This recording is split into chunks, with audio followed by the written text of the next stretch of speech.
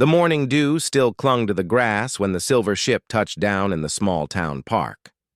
Ambassador Thix checked his translation device one final time before stepping onto the strange blue world called Earth. The Galactic Federation had spent months preparing for this first official contact with humanity, and everything had to go perfectly. Thix adjusted his ceremonial robes and activated his protective shield generator. According to their scans, this planet was home to thousands of dangerous predator species, but humans had somehow survived and built a civilization.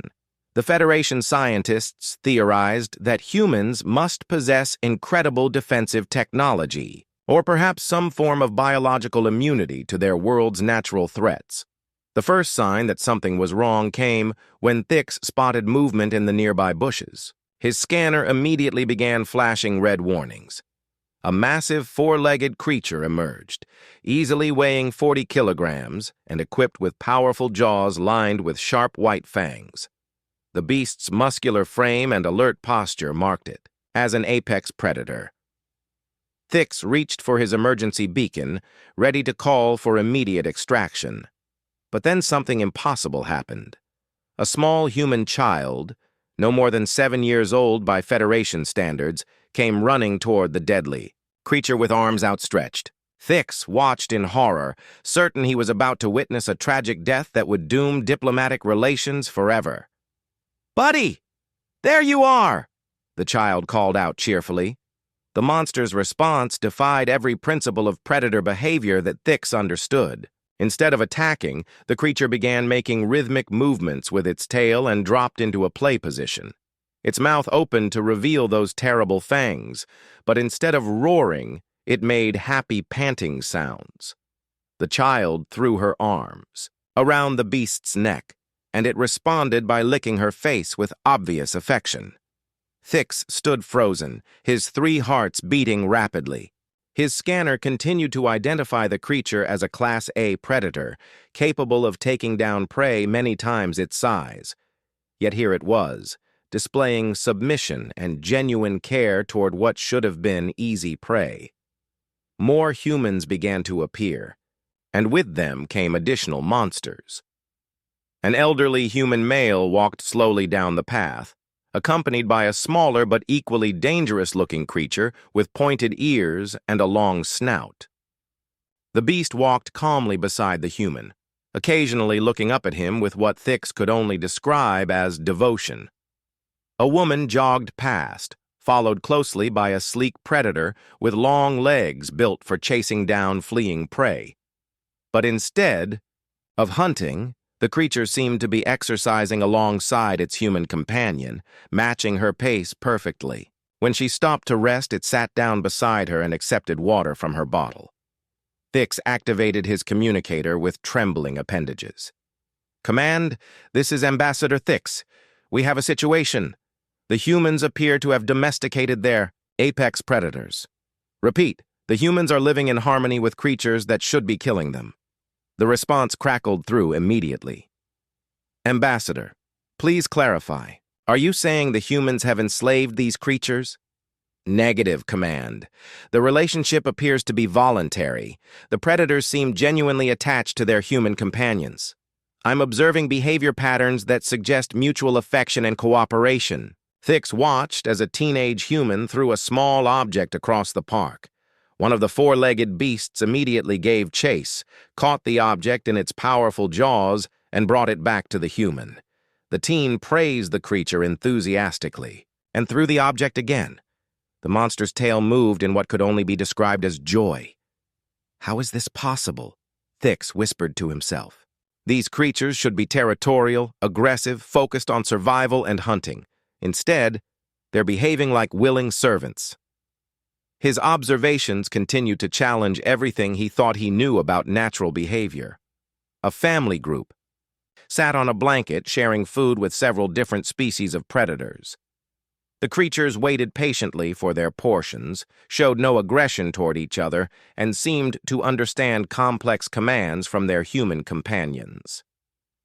The most Disturbing sight came when Thix witnessed a tiny human infant crawling on the ground while one of the largest predators lay nearby. Instead of seeing easy prey, the creature positioned itself protectively around the child, gently nudging it away from potential dangers with its massive head. Command: I need immediate consultation with our xenobiological experts. The humans have achieved something that should be impossible according to our understanding of predator-prey relationships. These creatures are not just tamed. They appear to have genuine emotional bonds with their human families. As the day progressed, Thix documented dozens of similar interactions. Humans and their companion predators moved through their daily routines, with casual intimacy that spoke of years of trust building. The creatures responded to their names, followed complex instructions, and displayed what could only be called love for their human partners. The breaking point came when Thix witnessed a human child accidentally drop food on the ground. 3 different predators converged on the spot, but instead of fighting over the meal, they looked to the child for permission. When she nodded, the largest creature carefully picked up the food and brought it back to her, tail wagging in what Thix was beginning to recognize as a sign of happiness. This changes everything, Thix reported back to the Federation. We assumed humans survived their world through superior technology or natural defenses. But the truth is far more remarkable. They've somehow convinced their planet's most dangerous predators to become willing partners. They haven't conquered their environment through force. They've transformed it through some form of emotional manipulation we don't understand. The implications were staggering. If humans could turn natural enemies into devoted companions, what did that say about their potential as allies or threats to the Federation? Were they using the same techniques on each other? Was their entire civilization built on this mysterious ability to form bonds with other species? As evening approached, Thix watched families return to their homes, predators following obediently at their sides. Some of the creatures were invited inside, while others received comfortable outdoor shelters. All were fed, cared for, and treated with obvious affection. The ambassador made his final report of the day with growing unease. Command: recommendation for extended observation period. Humans represent either the galaxy's greatest diplomatic opportunity or its most subtle threat. They possess abilities we don't understand, and their methods could revolutionize interspecies relations throughout the Federation. Proceed with extreme caution, but proceed nonetheless. We must learn their secrets. The silver ship remained in the park overnight, its occupants struggling to process what they had witnessed. Tomorrow would bring new observations, but one thing was already clear. Humanity was unlike any species the Federation had ever encountered. 3 weeks after the initial contact incident, Dr. Quillen stepped off the transport shuttle with her research equipment and a stomach full of nervous anticipation. The Galactic Federation's most respected xenobiologist had volunteered for this assignment after reading Ambassador Thix's disturbing reports about human domestication capabilities. Her mission was simple in theory but terrifying in practice: discover how humans controlled their planet's predator species and determine if these techniques could be weaponized against Federation worlds. The military implications were obvious. A species that could turn natural enemies into loyal soldiers represented either humanity's greatest gift to galactic peace or its most dangerous threat. Dr. Quillen had spent her career studying predator behavior across 17 different worlds. She understood hunting patterns, territorial instincts, and survival mechanisms. What she had never encountered was a species that willingly abandoned its evolutionary programming to serve another. The very concept violated fundamental biological principles. Her human guide, a cheerful woman named Beth, met her at the landing site. "Ready to see some amazing animals, Dr. Quillen? I thought we'd start with the pet store downtown. It's where most families go to find their new companions." Petty. Store. The translation confused Dr. Quillen's universal communicator. The closest equivalent in her language meant something like predator acquisition facility, which sounded ominous. Were humans so casual about obtaining dangerous creatures that they had retail establishments dedicated to the practice? The building they approached looked harmless enough from the outside, but Dr. Quillen's scanner began registering life signs the moment they drew near. Dozens of different species, many classified in Federation databases as requiring specialized containment protocols. Her equipment identified creatures that typically lived in isolation, territorial beasts that should never coexist in close proximity, and several species that her own world's military used as biological weapons. Beth pushed open the door, triggering a small chiming sound. Dr. Quillen nearly activated her emergency beacon when she saw what lay beyond the threshold. Wall-to-wall transparent containers held what could only be described as a collection of miniature monsters. Each enclosure was clearly labeled with care instructions, feeding schedules, and what humans apparently called personality traits. "Aren't they adorable?" Beth said, approaching a container that held several small furry creatures with bright eyes and constantly moving whiskers. "These are hamsters, perfect for children who want to learn responsibility."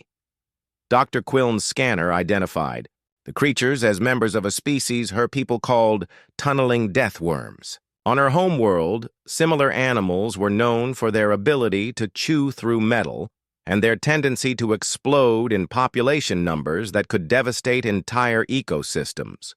Here, humans kept them as entertainment for their offspring. The next display case contained what appeared to be miniature dragons, scaled with unblinking eyes and forked tongues that flicked out to taste the air. Dr. Quillen recognized them as distant cousins of creatures that had driven her people underground for centuries. These specimens basked peacefully under artificial heat sources while humans peered at them through the glass, making appreciative comments about their beautiful patterns. "Those are ball pythons," Beth explained. "Very gentle snakes. Great for people who want a quiet pet that doesn't need much daily interaction. Quiet pet."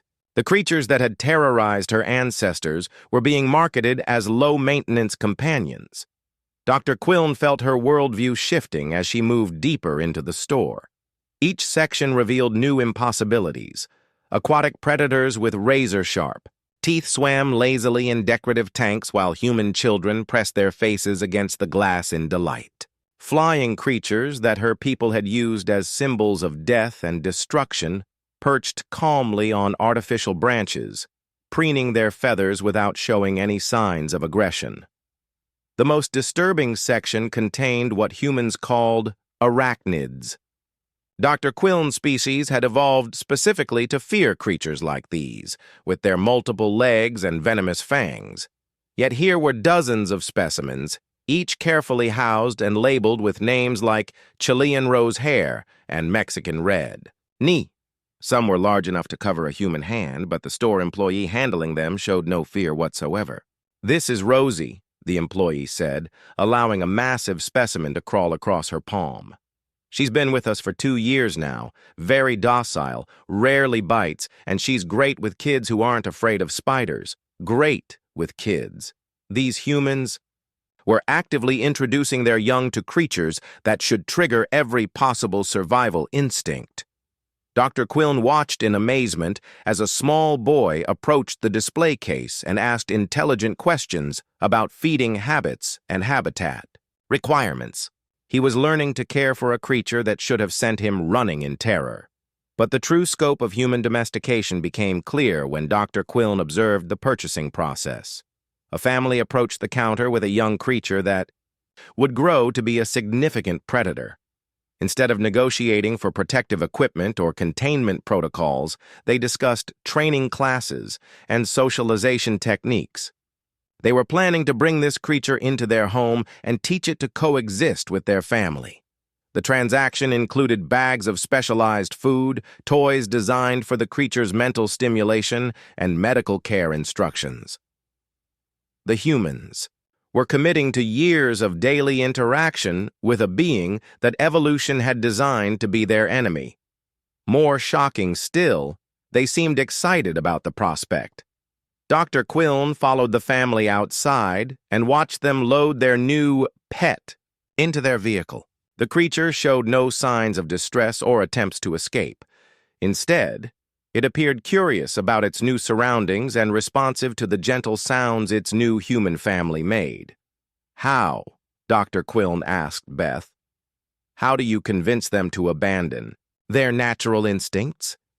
What technology do you use to override millions of years of evolutionary programming?" Beth looked confused. "Technology? We don't use any technology. We just show them love, give them food and shelter, and treat them like family members. Most animals respond well to kindness and consistency. Love. Kindness. These were not scientific terms. Dr. Quillen had studied behavioral modification across dozens of species, but she had never encountered a methodology based on emotional attachment. The concept seemed absurdly simple, yet the results were undeniable. Over the following hours, Dr. Quillen documented purchase after purchase, humans acquiring creatures that should have been mortal enemies, making long-term commitments to their care and well-being. Each transaction was conducted with the casual familiarity of buying food or clothing. The danger was ignored, the potential for harm dismissed, the evolutionary wisdom of avoiding these creatures completely abandoned. As evening approached, Dr. Quillen found herself standing outside the pet store with pages of notes and a head full of questions. The humans had accomplished something that challenged every assumption about interspecies relationships. They had somehow convinced natural predators that cooperation was more beneficial than competition. The implications were staggering.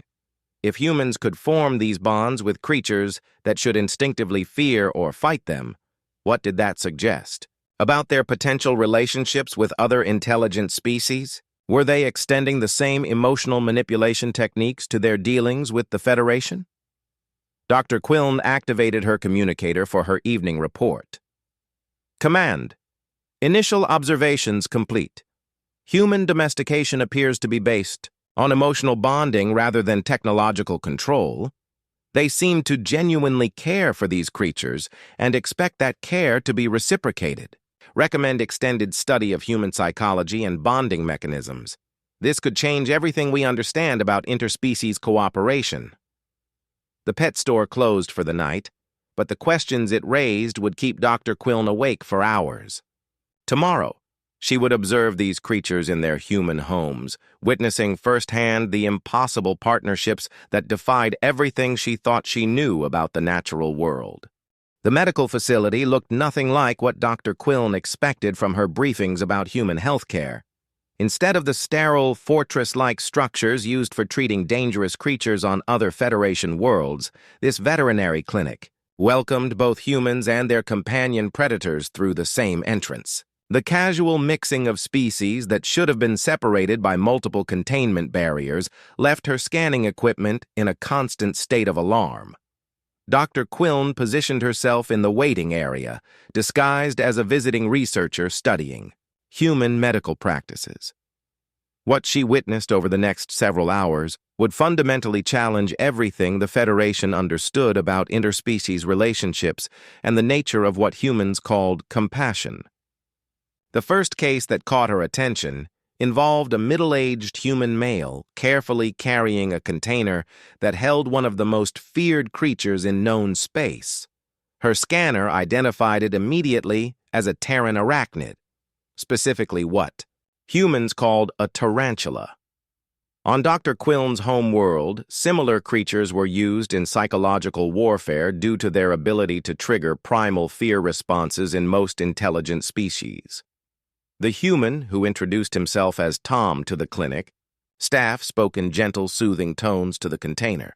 "It's okay, Charlotte. The doctor is going to help you feel better. I know you haven't been eating much lately, but we'll figure out what's wrong." Dr. Quillen watched in fascination as Tom was led into an examination room where a trained medical professional began treating the creature with the same care and attention typically reserved for Federation dignitaries. The veterinarian handled the arachnid with practiced ease, explaining to Tom that the creature was likely experiencing a natural molting process and recommending environmental adjustments to reduce stress. The most shocking aspect was not the medical treatment itself, but Tom's obvious emotional investment in the creature's well-being. He asked detailed questions about nutrition, habitat requirements, and behavioral changes. When the veterinarian assured him that Charlotte would recover fully, Tom's relief was genuine and profound. He was experiencing authentic worry and care for a being that should have represented nothing but terror. The next case involved a family bringing in what Dr. Quillen's scanner classified as a juvenile apex predator, but what the humans called their puppy. The young creature had apparently consumed something it shouldn't have, and the entire family was visibly distressed about its condition. The children were crying, the parents were asking urgent questions, and even the elderly grandmother was wringing her hands with worry. Dr. Quillen observed the veterinarian perform emergency surgery to remove the foreign object from the creature's digestive system. The family waited for hours, refusing to leave despite the veterinarian's assurances that the procedure was routine. When the surgery was successful, the emotional celebration that followed was unlike anything Dr. Quillen had seen in her extensive travels across the galaxy. But the revelation that truly shattered her understanding came when she witnessed the financial transactions. Humans were voluntarily spending enormous amounts of their currency on medical care for creatures they could easily replace at the pet store she had visited earlier. Tom paid for Charlotte's examination and specialized foods without hesitation. The family with the sick puppy authorized expensive surgery and follow-up treatments that would cost more than most Federation citizens earned in a month. These were not calculated investments in valuable assets. These were expressions of genuine love and commitment to individual creatures that held no economic value beyond their emotional significance to their human families. The humans were treating their companion predators as irreplaceable family members whose suffering mattered as much as their own. Throughout the day, Dr. Quillen documented case after case of humans seeking medical care for creatures that any rational species would simply eliminate and replace. An elderly woman brought in a bird with a broken wing, tears streaming down her face as she begged the veterinarian to save her baby. A young couple rushed in with a reptile that was refusing to eat, their panic evident as they described every detail of their pet's recent behavior changes. The veterinary staff treated each case with professional seriousness, regardless of the species involved. They maintained detailed medical records, prescribed medications, scheduled follow-up appointments, and provided emotional support to the worried human families. The facility operated like a sophisticated medical center, dedicated to preserving the lives of creatures that the rest of the galaxy considered disposable monsters. Dr. Quillen's most profound shock came when she learned about the concept of euthanasia. When creatures became too old or sick to maintain quality of life, humans would make the painful decision to end their suffering humanely. She watched a family saying goodbye to an ancient predator that had lived with them for over a decade, each member taking turns to express their love and gratitude for the creature's companionship. The veterinarian performed the procedure with solemn dignity while the family held their companion and whispered words of comfort. After the creature passed peacefully, the humans mourned openly, planning memorial services and discussing how much they would miss their friend. Dr. Quillen realized she was witnessing something unprecedented in known galactic civilization, a species that formed such deep emotional bonds with natural enemies that they grieved their deaths as genuine losses. The implications of these observations forced Dr. Quillen to completely reconsider her understanding of human psychology. These weren't cold, calculating beings using advanced technology to control dangerous creatures.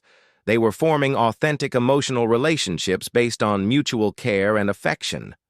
The predators weren't enslaved, they were adopted into human family structures, and treated as beloved members with their own individual personalities and needs. During her final hour of observation, Dr. Quillen witnessed something that would haunt her for the rest of her career. A teenage human brought in a small creature that was clearly dying despite the veterinarian's best efforts. Instead of accepting the inevitable loss pragmatically, the teenager held the creature close and sang to it softly until it passed away, in her arms. The teenager's grief was so profound that other families in the waiting room offered comfort and shared their own stories of loss. Dr. Quillen realized she was witnessing the foundation of human civilization, their ability to form emotional bonds so strong that they willingly accepted pain and loss in exchange for the joy of companionship with other species. As the clinic closed for the evening, Dr. Quillen compiled her most important report yet. Command. Human domestication is not a technological achievement, but an emotional one. They form genuine bonds with creatures that should be their enemies, investing significant resources in their well-being and mourning their deaths as family members. This suggests that their approach to interspecies relationships is based on emotional connection rather than dominance or control. The response came quickly. Dr. Quillen, are you suggesting that humans might form similar emotional bonds with Federation species? Dr. Quillen looked back at the veterinary clinic, where the lights were dimming, but the emotional impact of what she had witnessed continued to resonate. Command. I'm suggesting that humans might already be forming those bonds with us. Recommend. Immediate psychological evaluation of all Federation personnel who have had extended contact with humans. We may be dealing with a species whose primary strength is their ability to make anyone feel like family. The implications were both terrifying and wonderful, and Dr. Quillen was no longer certain which emotion should dominate her next report to Federation Command. Admiral Core materialized in the Federation's most secure research facility with a collection of the galaxy's leading experts and a mandate that bordered on desperation. 3 months of human observation had yielded reports so contradictory to established science that the High Council was beginning to question whether their researchers had suffered some form of mental contamination. The Admiral's mission was simple: replicate human domestication techniques using proper scientific methodology and determine once and for all whether humans possessed unknown technology or unprecedented biological capabilities. The research team had spent weeks preparing for controlled experiments using creatures from various Federation worlds. They had studied every report from Earth, analyzed behavioral patterns, and developed what they believed were systematic approaches to the domestication process. The facility contained specialized containment areas, monitoring equipment, and emergency protocols designed to handle the inevitable failures that would prove human claims impossible. Dr. Venn, the team's lead behavioral specialist, presented their first test subject with obvious confidence. We'll begin with a Altarian crystal moth, Admiral. They're relatively harmless by galactic standards, roughly equivalent to what humans call butterflies.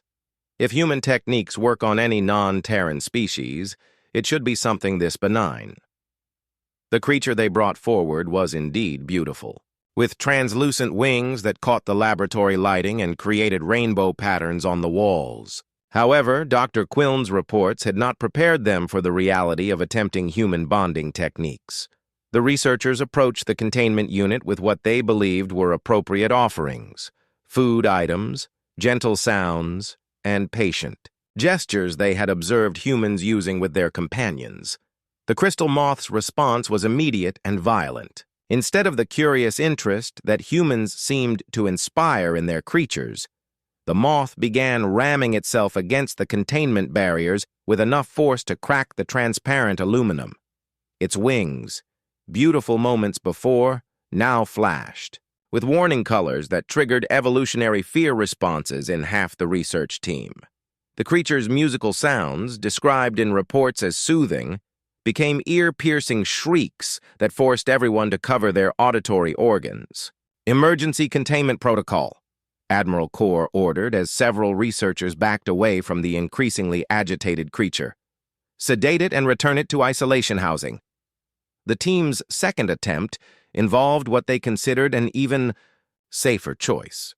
A small creature from Dr. Ven's own homeworld that fed on flower nectar and had never shown aggressive behavior toward any species. The researchers had observed humans offering food to their companions as a bonding activity and decided to replicate this approach exactly. Dr. Ven approached the creature's habitat with a container of its preferred nutrient paste, making the soft clicking sounds that humans used when communicating with their pets. The response was catastrophic. The creature interpreted the sounds as territorial challenges and began secreting defensive chemicals that filled the laboratory with toxic fumes. The emergency ventilation system activated automatically while researchers fled to decontamination chambers. How? Admiral Core demanded as medical teams treated 3 researchers for chemical exposure. How do humans make this look effortless? While we can't even approach our own planet's harmless species without triggering panic responses. The failures continued throughout the day. A Zeltaran space slug, known for its docile nature and used in terraforming operations, somehow escaped its containment when researchers attempted to establish physical contact. The creature, no larger than a human hand, managed to consume half the laboratory's organic material before they could recapture it. A Corvaxian harmony bird celebrated throughout the Federation for its beautiful songs, began producing sounds so discordant that the facility's artificial intelligence requested immediate shutdown to preserve its audio processing systems. Each failure forced the research team to confront the same impossible conclusion. The creatures weren't responding to human techniques because the techniques themselves weren't the real factor. Something about humans specifically enabled these relationships, something that couldn't be replicated through methodology or technology. The breakthrough came when Dr. Quillen arrived from Earth with a special request. She had been observing human families in their natural environments and wanted to demonstrate something that might explain the failures. With Admiral Core's permission, she activated a communication link to Earth and invited a human volunteer to participate in their experiments remotely. The human who appeared on their screens was Beth, the same guide who had shown Dr. Quillen the pet store. She was sitting in her living room surrounded by 3 different predator species that coexisted peacefully in the same space. A large 4-legged carnivore rested its head on her lap while a smaller creature curled up beside her. A third companion, one of the aerial predators, perched on her shoulder and occasionally nuzzled against her cheek. "Hi, everyone," Beth said cheerfully, seemingly unaware that she was casually displaying an impossibility to the galaxy's leading scientists. "Dr. Quillen asked me to show you how we interact with our animal friends. This is totally normal for us, so I'm not sure what you want to see specifically." Admiral Core watched in fascination as Beth demonstrated the same techniques his team had attempted. She offered food to her companions, spoke in gentle tones, and provided physical contact through stroking and scratching. But unlike the research team's experiences, her creatures responded with obvious pleasure and affection. They competed for her attention, showed excitement when she interacted with them, and displayed none of the fear or aggression that had characterized every Federation attempt. "The difference isn't in what we do," Beth explained, as one of her predators rolled over to expose its vulnerable belly for attention. "It's in why we do it. These aren't experiments or training exercises for us. They're our family members. We love them, and they can sense that love. Animals respond to genuine emotion, not to techniques or methods." The word love caused immediate translation difficulties across multiple Federation languages. The concept existed in various forms throughout known species, but applying it to relationships with natural predators was unprecedented. Dr. Quillen had mentioned emotional bonding in her reports, but seeing it demonstrated made the reality undeniable. Admiral Core realized they had been approaching the problem from entirely the wrong direction. They had assumed human domestication was a learned skill that could be replicated through proper procedure. Instead, it appeared to be an expression of emotional capacity that might be unique to human psychology. Humans didn't train predators to become companions. They invited them into emotional relationships and somehow convinced them to participate willingly.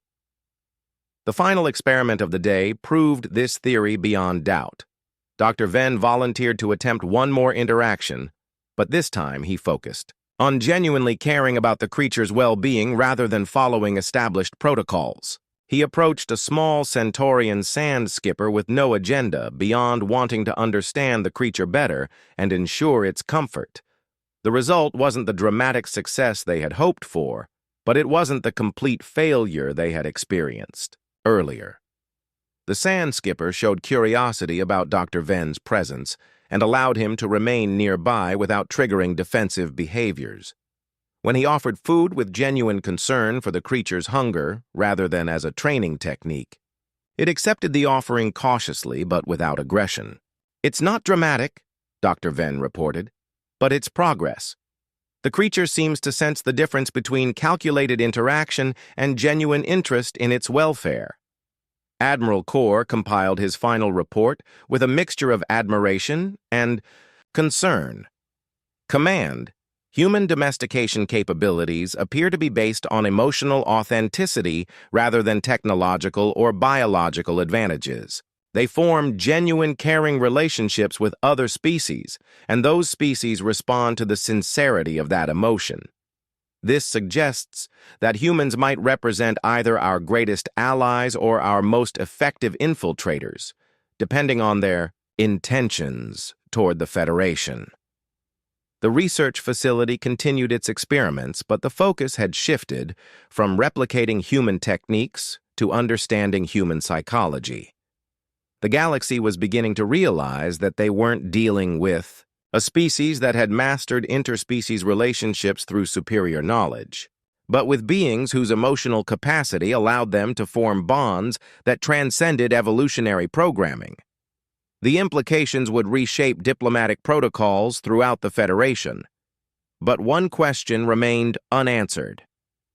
If humans could make predators feel like family, what would prevent them from making the entire galaxy feel the same way?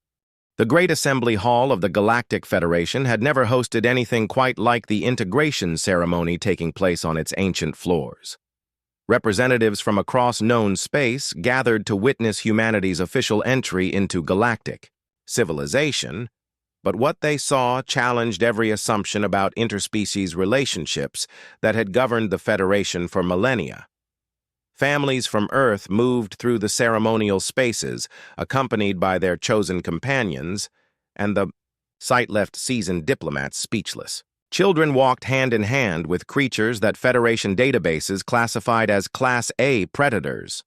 Elderly humans leaned on four-legged beasts for support, while those same beasts kept watchful eyes on their surroundings, clearly protective of their vulnerable human partners.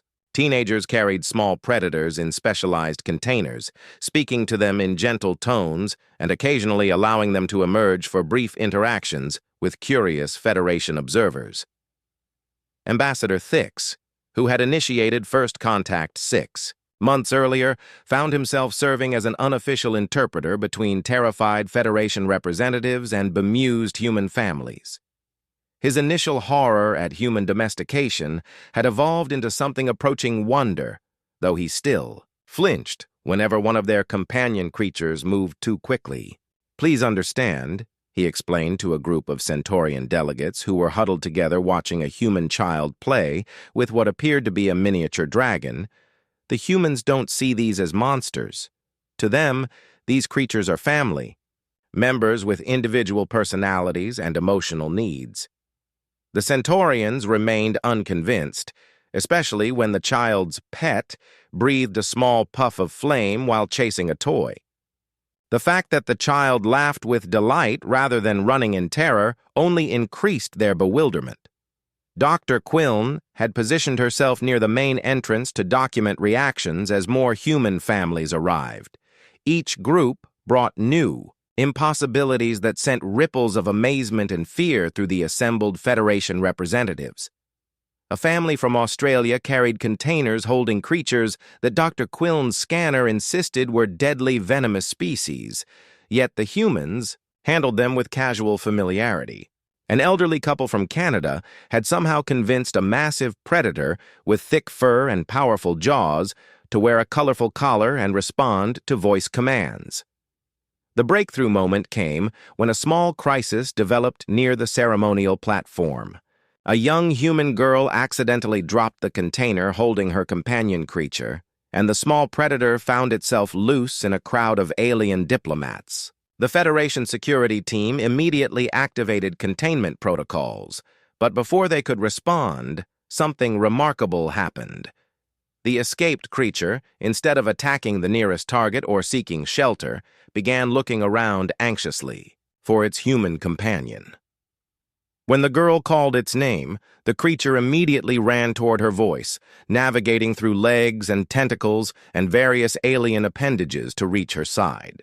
She scooped it up gently, soothing its obvious distress with soft words and gentle stroking. "Sorry about that, everyone," the girl said to the circle of stunned diplomats. "Gizmo gets nervous in new places, but he would never hurt anyone. He's really sweet once you get to know him." The creature she called Gizmo was clearly agitated by the crowd and unfamiliar scents, but it made no attempt to defend itself aggressively. Instead, it pressed close to its human companion and accepted comfort from her touch.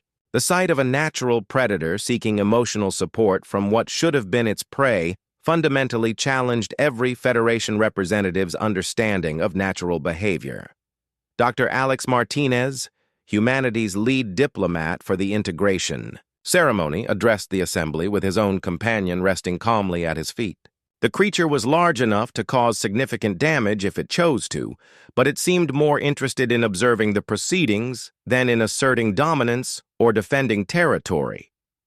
"Fellow sentients," Dr. Martinez began, "we understand that our relationships with other Earth species seem unusual to many of you.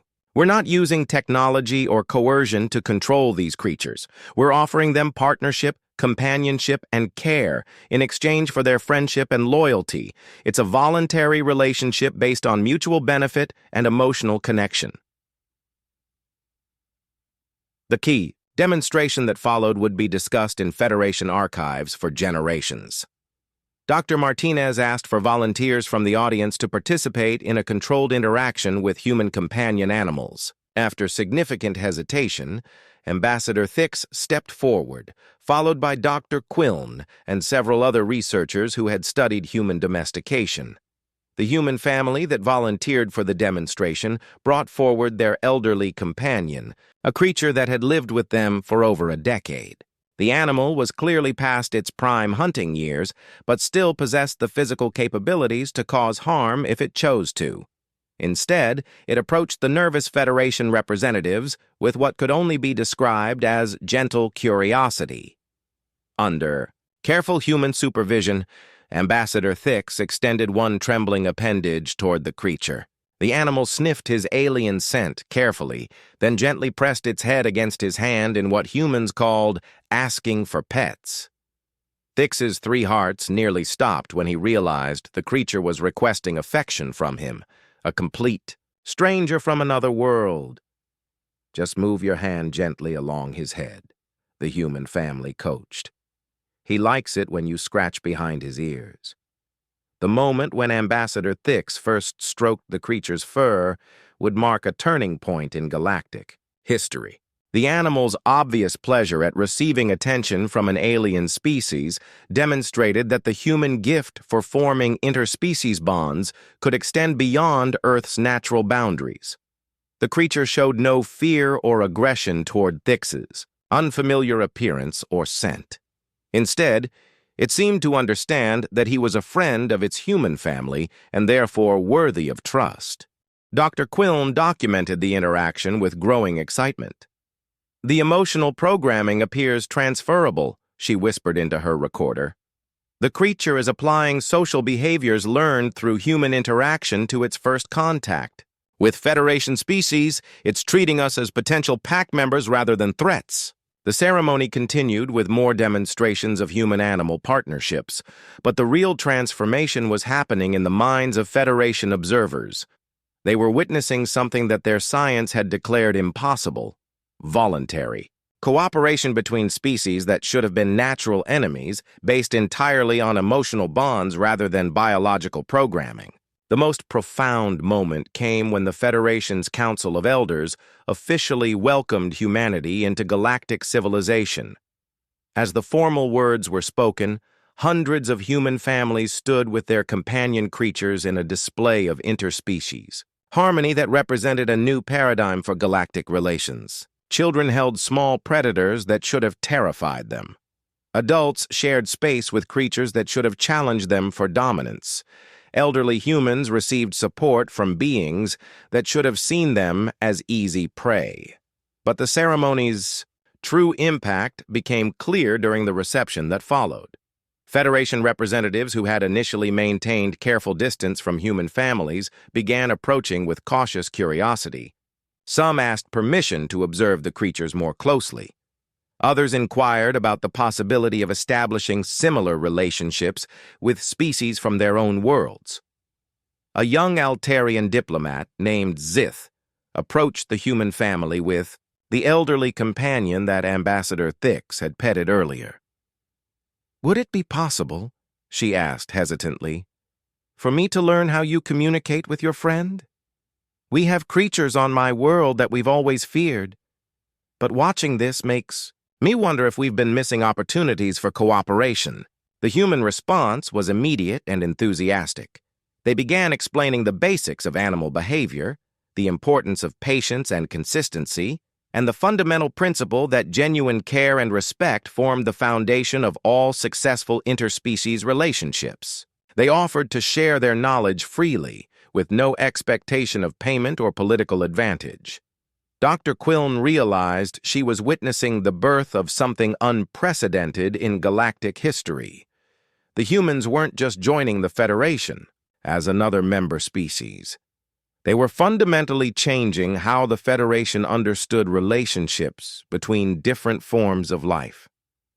Their example suggested that countless opportunities for cooperation and companionship had been overlooked throughout the galaxy simply because other species had never considered the possibility of emotional bonds with natural competitors.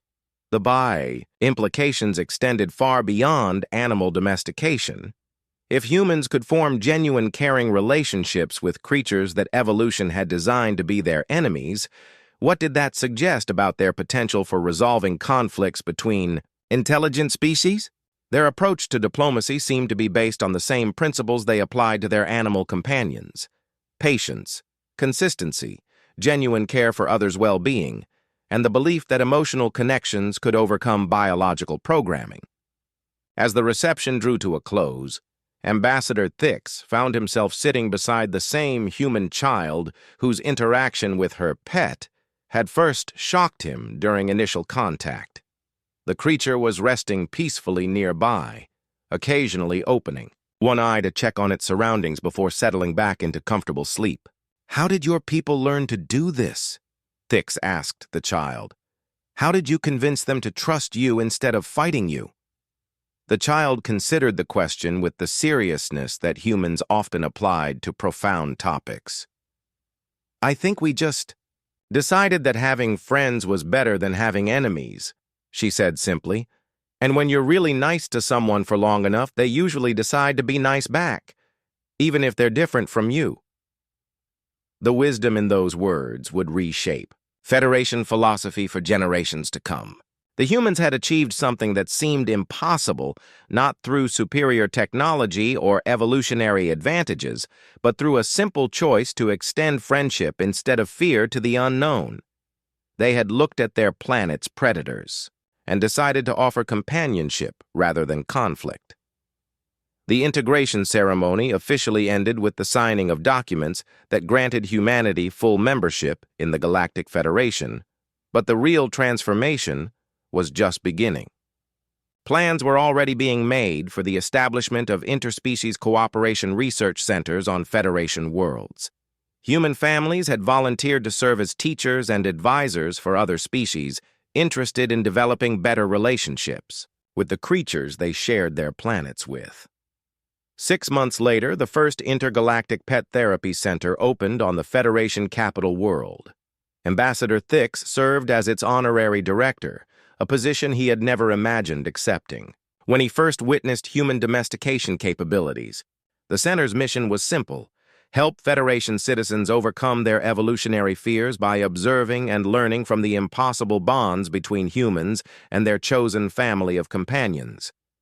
The waiting list for sessions extended for years, as beings from across the galaxy sought to understand how humans had transformed natural enemies into devoted friends. Some came seeking practical knowledge about managing dangerous creatures on their own worlds. Others were drawn by the philosophical implications of relationships that transcended biological programming. Many simply wanted to experience the wonder of witnessing genuine love between species that should have been incapable of coexistence. Dr. Quiln maintained her research position at the center, documenting case after case of Federation citizens learning to overcome instinctive fears through exposure to human-animal partnerships. Her reports described breakthrough moments when alien visitors first touched a creature they had always considered dangerous, only to discover that gentleness and patience could indeed transform fear into friendship. The center's most popular exhibit featured Ambassador Thix himself, who had progressed from terrified observer to confident handler of multiple Earth species. Visitors watched in amazement as the same diplomat who had once called for emergency evacuation now calmly interacted with creatures that still triggered warnings from his security scanner. "The humans taught us something profound," Thix would tell each group of visitors. "They showed us that evolution doesn't have to determine destiny. Intelligence gives us the power to choose cooperation over competition, love over fear, friendship over survival instinct. They didn't conquer their world's monsters. They convinced the monsters to become family." The center's success led to similar facilities throughout Federation space, each one staffed by human volunteers eager to share their knowledge and approach to interspecies relationships. The galaxy was learning that the most powerful force for bringing different species together wasn't superior firepower or advanced technology, but the simple human conviction that everyone deserved a chance to be loved. As Dr. Quiln completed her final report on the integration project, she reflected on how dramatically her understanding of life had changed since first witnessing human domestication. The humans hadn't just joined the Federation, they had taught the entire galaxy a new way of existing with other forms of life. They had proven that the universe was big enough for cooperation rather than competition, for friendship rather than fear, for chosen family rather than natural enemies. The last line of her report would become famous throughout Federation space. "Perhaps the humans are the real monsters after all, but they're the kind of monsters who make the galaxy a warmer, more welcoming place for everyone lucky enough to be adopted into their impossible family."